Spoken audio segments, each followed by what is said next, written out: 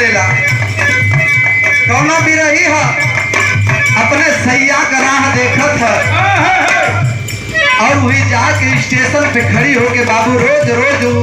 अपने उस परदेसी पिया की राह का देखत हुए एक आसरा लगा कि कैसे लाल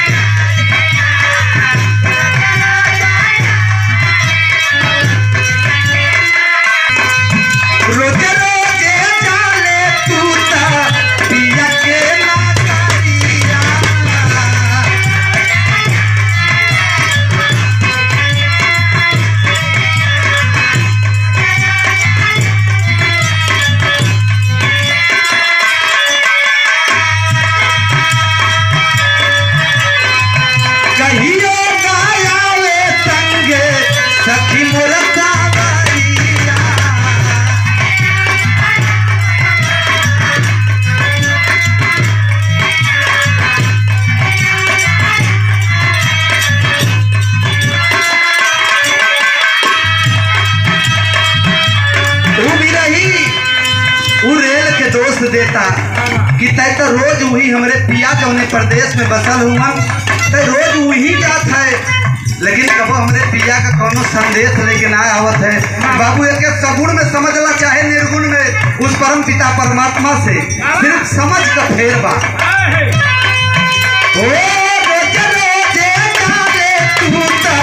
पिया के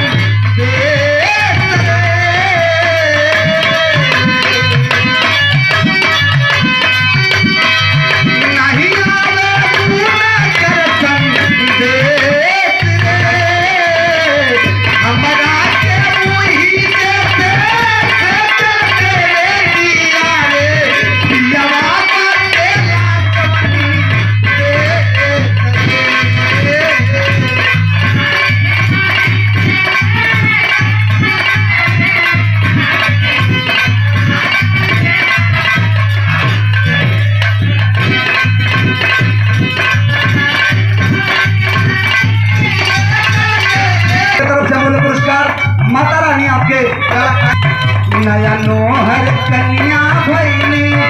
अवते जोगिनिया भैली नहीं पवनी पियावा के प्यार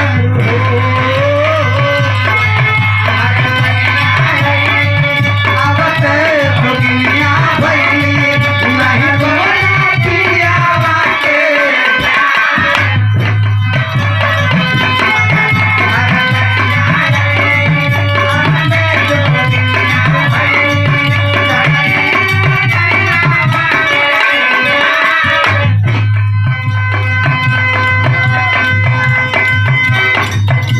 बगली